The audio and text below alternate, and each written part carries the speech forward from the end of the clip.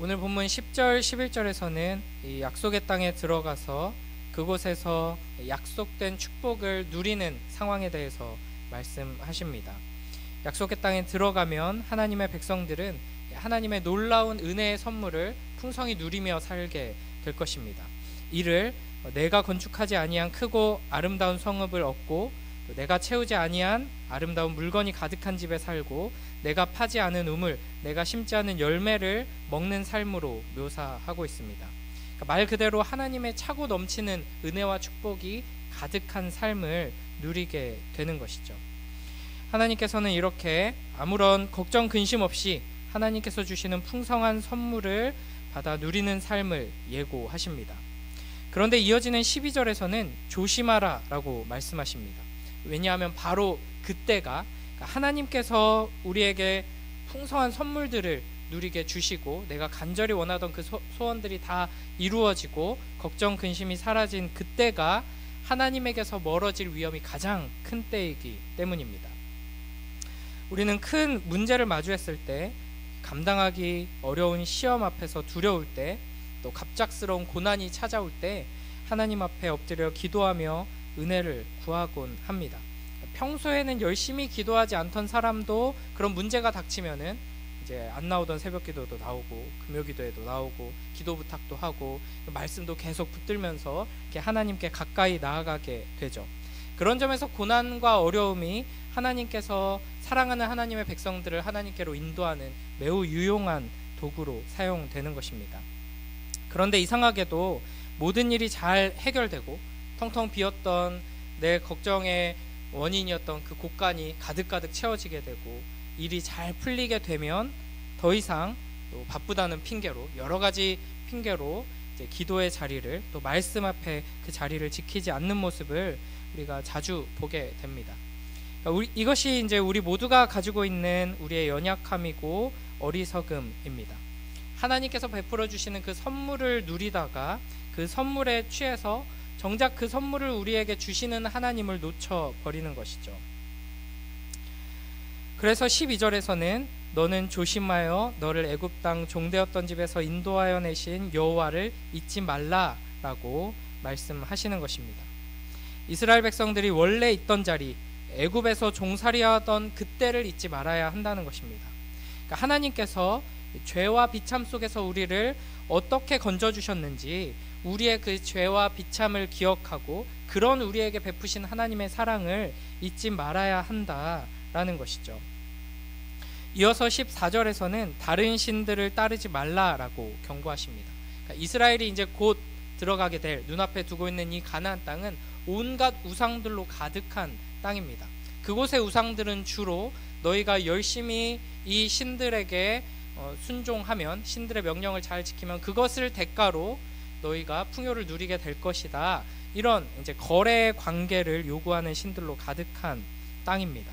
이제 그곳에서 그런 다른 신들을, 우상을 섬기지 말고 오직 우리에게 값없는 은혜를 베푸시는, 선물을 베푸시는 그 하나님을 기억하고 하나님만 사랑하고 섬겨라 라고 명령하시는 것이죠. 우리도 마찬가지로 우상으로 가득한 세상을 살아가고 있습니다. 하나님께서 마땅히 받으셔야 할 감사와 찬양과 경배, 의지, 이 모든 것들을 빼앗아가는 존재는 다 우상이라고 할 수 있습니다. 이 세상은 주로 나 자신이, 또 우리의 자녀들이나 또 돈이나 이런 것들이 우상의 자리를 차지하게 되죠. 그러니까 이 오늘 말씀의 맥락에서 우리가 주의해야 할 우상은 바로 나의 공로라고 할 수 있습니다. 하나님께서 우리에게 주셔서 누리고 있는, 하나님의 백성들이 지금 누리고 있는 모든 것은 내가 세우지 않은 성이고, 내가 파지 않은 우물이고, 내가 땀 흘려서 기르지 않은 열매인데 하나님께서 이렇게 풍성하게 누리게 하시는 것이죠. 그러나 세상은 네가 노력해서 이룬 것이다 라고 이야기하고, 네가 노력하면 이룰 수 있다라고 계속 이야기합니다.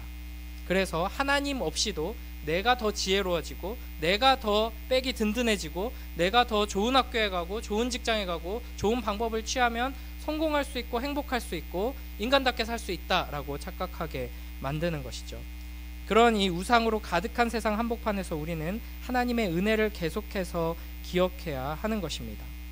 그래서 가난할 때나 부유할 때나 또 건강할 때나 병들었을 때나 큰 문제가 눈앞에 있을 때나 그 문제가 해결되어서 평안할 때나 본래 우리가 어떤 존재였는지를 잊지 말아야 할 것입니다. 우리는 아무런 소망 없이 사망 가운데 버려져 있던 죄인들이었습니다. 그런 우리를 하나님께서 그 아들 독생자 예수 그리스도의 십자가 능력으로 구원해 주셨고 그 놀라운 사랑, 그 위대한 구원의 은혜로 우리를 이 자리에 두셨습니다. 그 은혜를 항상 기억하는 우리 모두가 되길 주님의 이름으로 축복합니다. 이어서 15절에서는 이렇게 말씀하십니다. 너희 중에 계신 너희의 하나님 여호와는 질투하시는 하나님이신즉 너희의 하나님 여호와께서 내게 진노하사 너를 지면에서 멸절시킬까 두려워하노라. 아멘. 이것이 이제 신명기에서 하나님께서 계속해서 말씀하시는 방식인데, 하나님께서 어떤 큰 은혜와 사랑을 베푸셨는지 기억해라 라고 하시면서 그걸 기억하고 그 사랑을 받았으니 순종해야 한다 라고 말씀하시고, 순종하지 않으면 징계를 받게 될 것이다, 심판을 받게 될 것이다, 재앙이 임하게 될 것이다 경고하십니다. 여기서는 하나님께서 자신을 질투하는 하나님으로 우리에게 소개하십니다. 그러니까 어떤 사람들은 어떻게 이제 하나님이 질투하냐 이렇게 이해 못하겠다라고 하는데, 여기서 말하는 질투는 인간적인 어떤 그런 질투가 아니라 우리가 이해할 수 있게 하나님의 그 영원한 언약적인 사랑의 표현입니다. 그러니까 여기서 하나님께서 진노하시고 내가 너네를 완전히 멸절시킬지 모른다 무섭게 경고하시죠. 그러니까 하나님께서는 이스라엘과 단순히 거래 관계로 들어오신 것이 아니라 영원한 사랑의 언약 관계로 이스라엘을 부르고 계시는 것입니다.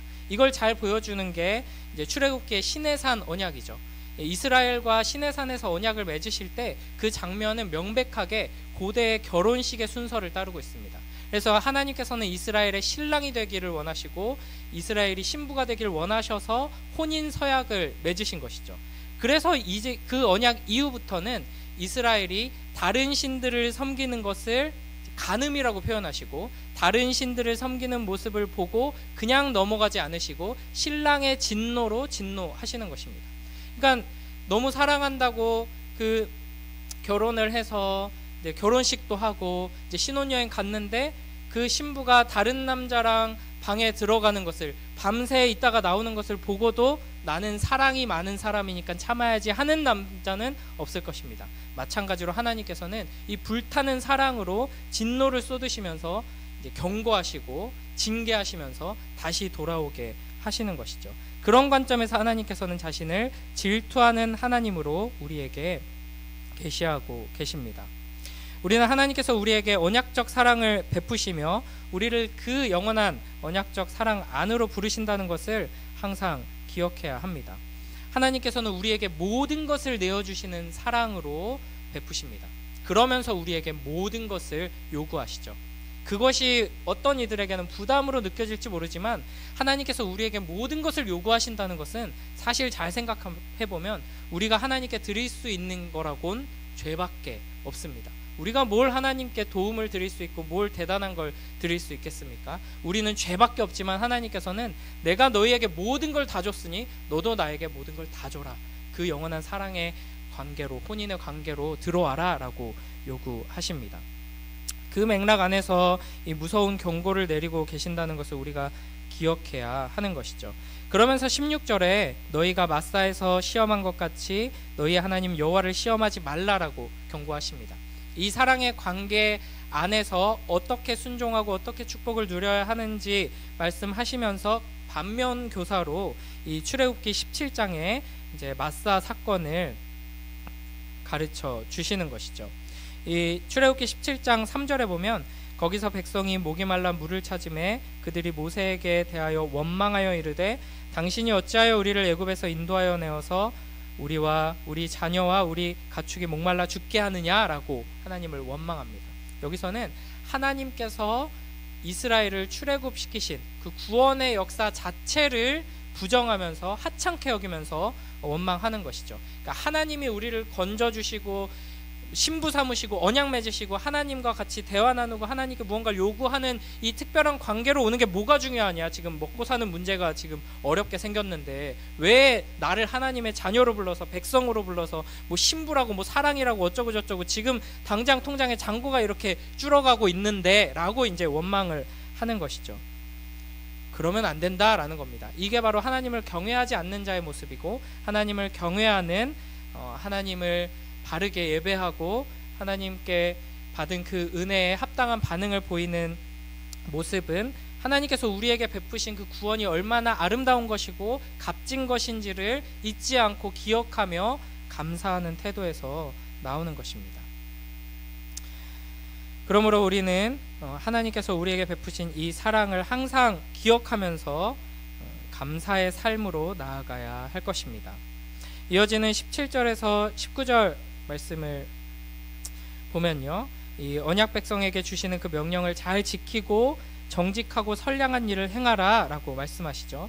그러면 복을 받고 약속의 땅을 차지하게 될 것이다 라고 말씀하십니다. 이런 언약의 맥락에서 보면은 하나님께서 우리를 사랑하셔서 우리를 부르시고 구원하시고 말씀하시는 것이기에 그 명령을 잘 지키면 우리에게 복된 게 당연하고, 그 명령을 지키지 않으면 우리에게 이제 저주가 임하는 것이 너무나도 당연한 것이죠. 그리고 이제 이어지는 20절부터 25절을 보면은 하나님께서 이 모든 내용을 자녀들에게 잘 가르치고 순종하는 삶을 전수하라고 명령하십니다. 그러니까 사실은 하나님께서 그 신앙을 다음 세대에게 전수하라고 계속 가르치시고 명령하시는데, 그 핵심에는 가정이 있고 부모가 있습니다. 부모들이 이 말씀을 잘 배우고 기억하고 살아냄으로 자녀들을 가르쳐야 하는 것이죠. 그런데 이 마지막 25절에 보면요, 우리 함께 마지막 25절을 읽어보겠습니다. 시작. 우리가 그 명령하신 대로 이 모든 명령을 우리 하나님 여호와 앞에서 삼가 지키면 그것이 곧 우리의 의로움이니라 할지니라. 아멘. 그래서 이 하나님께서 우리를 사랑하셔서 복 주시기 위해서 주신 이 명령을 우리가 여호와 하나님 앞에서 지키면 그것이 곧 우리의 의로움이 된다라고 말씀하십니다. 그런데 사실 이스라엘은 실패했죠. 하나님께서 이 출애굽 1세대, 출애굽 이후에 그 광야 생활을 거쳤던 1세대의 실패 이후에 지금 그의 자녀들 2세대에게 이 말씀을 주시는 건데, 우리가 그렇게 해서 결국 가나안 땅에 들어가서 어떻게 되었는가 알죠? 실패했습니다. 그러니까 하나님께서 우리를 사랑하셔서 복 주시려고 명령하셨는데도 그것을 우리가 사랑으로 받아 듣지 못하고 순종하지 못하는 게 죄와 비참 가운데 있는 우리의 처지인 것이죠. 그래서 우리에게 예수님을 보내주셨습니다. 오늘 우리가 읽은 본문의 13절 말씀과 16절 말씀이 예수님께서 광야에서 사탄에게 시험 받으실 때 세 가지 시험을 받으시죠. 그 중에 두 가지 시험, 세 가지 다 이제 신명기 말씀으로 사탄을 물리치시는데, 두 가지 말씀이 바로 13절 말씀과 16절 말씀입니다. 이스라엘은 광야에서 실패했고 우리도 마찬가지로 이 귀하고 아름다운 말씀을 우리에게 주셨음에도 사랑할 수 없고 순종할 수 없는, 이 말씀이 너무 좋게 들린다고 해도 순종할 수 없는 처지에 있습니다. 그런 우리를 위해 하나님께서 친히 이 땅에 오셨습니다. 하나님의 아들이신 예수 그리스도를 통해 우리는 이 말씀을 제대로 이해하고 하나님께서 우리를 사랑하셔서 주시는 사랑의 음성이구나 하고 들을 수 있고, 듣고 순종하고자 하는 마음을 우리가 가지고 한 걸음 한 걸음 순종의 길을 나아갈 수 있게 되는 것입니다. 오늘 이 말씀을 기억할 때 이 말씀 속에 하나님 나라의 가장 중요한 속성이 나타납니다.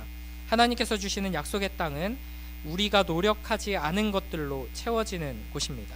하나님의 나라는 내가 내 힘으로는 나의 삶을, 우리의 가정을, 우리의 공동체를, 이 땅을 살아갈 수 없습니다. 내게 있는 궁극적인 문제들을 결코 해결할 수 없습니다 라고 우리의 죄와 비참을 깨닫고 하나님 앞에 도움을 요청하는 자들에게 선물로 주시는 땅입니다. 우리가 오늘 우리에게 주어진 삶의 자리에서 하나님께서 주시는 풍성한 선물들을 예수 그리스도로 말미암아 받아 누리고 그 선물을 주시는 분을 더욱더 사랑하며 더 풍성한 선물을 받아 누리는 그 복된 자리로 나아가는 우리 모두가 되길 주님의 이름으로 축복합니다. 기도하겠습니다. 하나님 아버지, 감사합니다. 우리 삶에 풍성한 은혜를 베풀어 주시고 죄인된 우리를 구원하셔서 자녀 삼아 주시고 거룩한 신부로 우리를 불러주시고 하나님을 아버지라 부르며 우리의 모든 필요를 주님께 구할 수 있는 특권을 누리게 하시니 감사합니다. 우리를 구원해 주신 은혜만으로도 너무나도 크고 놀라운데 우리의 삶의 모든 필요를 채우시고 이렇게 풍성한 은혜를 베풀어 주시니 감사합니다. 매일매일의 삶 속에서 예수 그리스도로 말미암아 이 선물을 기뻐하며 누리게 하시고 주님의 영광을 더욱 드러내며 더 큰 선물을 풍성히 누리고 나누는 복된 삶으로 나아가도록 인도하여 주시옵소서. 감사드리며 예수님 이름으로 기도드립니다. 아멘.